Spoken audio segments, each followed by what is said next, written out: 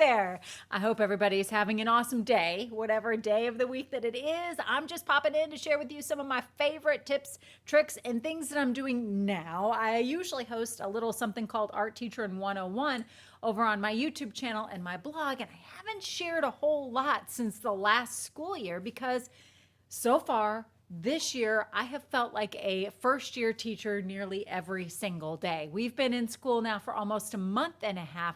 I'm still changing things up, figuring things out as I try to navigate my way through these strange and unusual times. But feeling pretty good, feeling like I'm finally getting into the groove of things. And I just wanted to share with you some things that have been really working for me. Maybe they'll work for you.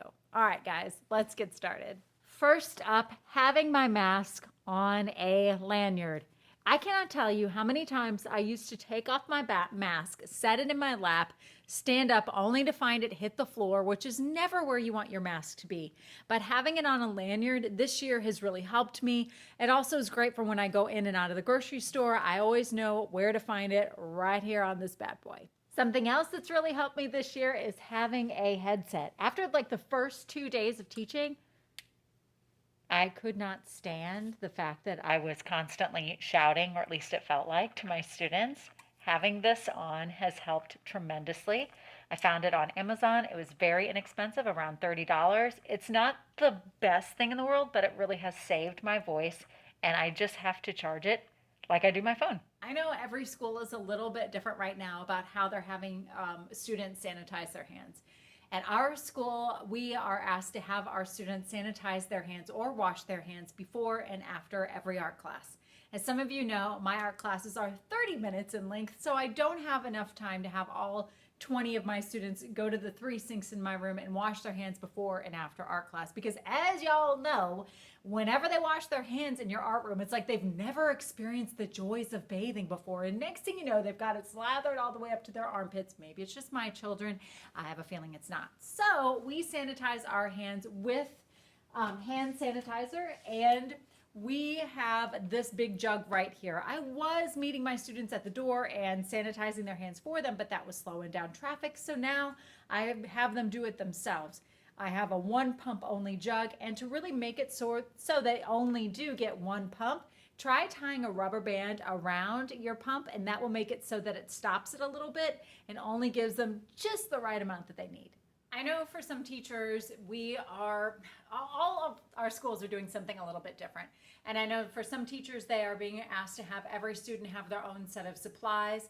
In my class, I am allowed to have my students share supplies from one class to the next, just not during the course of a class. That way they stay in their own 6 feet apart space, and all of my students wear masks at all times.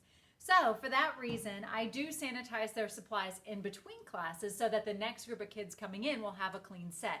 I have no time, this many minutes between classes. Some of my classes, they just come back to back to back. When I do have a spare moment, I use this little mister. A lot of friends, art teacher friends, have been sharing this on social media. I love it. It again is from Amazon, and it's like some sort of hair thing. I don't know. Obviously, I don't do much with this, but one thing that has helped is these trays. These are those silverware drawer trays. I happen to be the proud owner of 1 million trillion. Give me a shout if you need some. I got you covered. So what I did was I put all of our most common supplies in a tray like this. We've got scissors, pencils, dry erase marker, color pencils, crayons, and markers. Then all I have to do at the end of every class is just walk around and spray those trays. No having to open up little compartments and all that kind of stuff. Again, this just stays right here on the table, and this has helped a lot. This, by the way, is filled with alcohol. I think it's like 90% with a little bit of water to dilute it. Hey, I feel like I'm about to start a cheer. Hey, in an effort to prevent contact tracing, or maybe because of contact, I don't really know what contact tracing is. I'm just going to be honest. All I know is that all of my students throughout our school, they each have been assigned a number. There's a reason I'm standing like this. I'll get there. They've each been assigned a number. That way they are always next to the same kids wherever they go. So I have numbers all over the place in my room. Anytime my students are walking in, sitting down, or going to seats, they just stay on their number. So when we line up, We have number order spots. So we have one starting at the door all the way back through 20.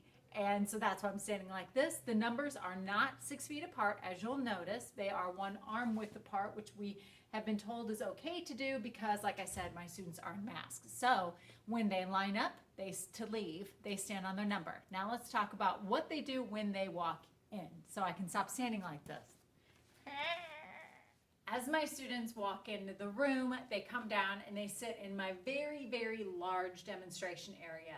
My demonstration area didn't used to be this large because we didn't have to sit so far apart, but now we're all very well spaced. Again, we're always wearing our masks, and each one of these is their number that coordinates with their number where they are to be in line. So when they sit on the floor, they sit on the floor next to the same person that they always sit next to. So this area, for the longest time, I have to tell you, I was trying to teach them from their desks. Let me just fix the camera so I don't have to keep standing like this, please. Can I do that? Ah, that's better. Thank you. So, and now I don't also have to shout at you. I started off the school year trying to teach my students from their tables.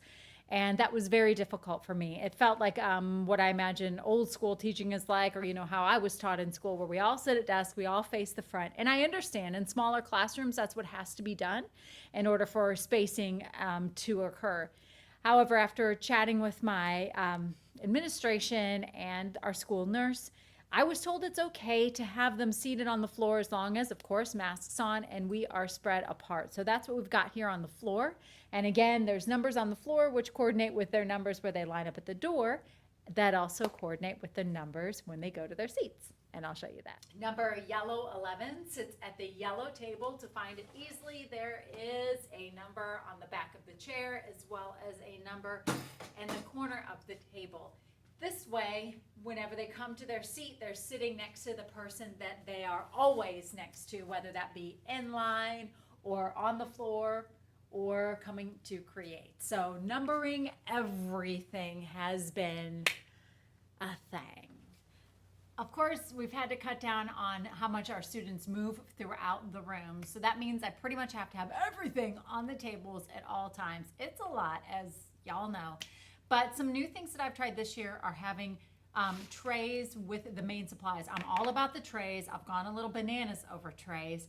Anytime I can find them cheap, I scoop them all up. So every table has one of these. It pretty much stays on the table. What's not on them right now are little lights that we have that illuminate each table. They're being charged right now. Something that I recently created was for our baby wipes. I simply have used a butter dish that I cut an X at the top after spray painting it, cut baby wipes in half, stuffed it inside. That way my students don't have to get up and go get a baby wipe. They can simply pull one from the tables when they get paint or glue on their hands. Something else that's been staying on the table that helps so that students aren't up and moving, it's having a trash can on the tables. We've done something like this in the past, but making it where it's a lot bigger and more open works great. Then at the end of my day, I usually have a fourth grader who is our trash collector. And last but not least, I am not the greatest in 30-minute art classes. It's pretty tough at having my students do a self-assessment, but I do on every table have one of these little containers that says, "Today I learned." It's a little exit slip with Post-it notes inside for them to fill out. Again, trays, all about the trays. So these trays also help capture mess when my students are painting. Pretty much everybody is painting right now. Every student has their own paint tray, which can also be sanitized with spray. We've got our tray to capture the mess, dog dishes and sponges, and ice cube trays filled with paint. Speaking of trays, after 22 years of teaching, I finally think I've figured out a way for my students, especially my younger friends, to carry big wet paintings to the drying rack without getting all that big wet painting all over themselves, which is having them paint on trays. Now, I don't have enough to do this with all my grade levels, but kindergarten just so happens to be making some really big and messy textured papers right now. We're learning how to mix all the secondary colors, one per day. And so these just stay on the trays. They carry them to the drying rack. They get very little paint on their hands because imagine them in the past, we would have tried to put this on the drying rack while it's all drippy and wet. So, trays. Did I mention I like trays? I like the trays. And my last tip is to make sure you have like a station for all of your new stuff. For me, it means I have a little spot next to my door where I always plant my microphone. I have some spare masks and sanitizer, as the kids like to call it. And this has really helped me out because I was constantly losing and misplacing things. Now I always know exactly where 3 of the new things that I now have to use on a daily basis.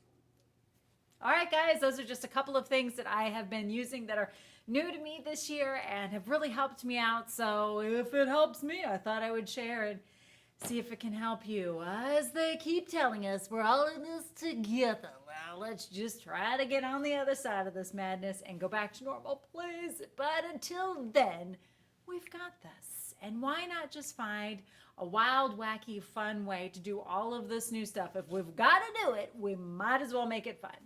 Talk to you guys soon.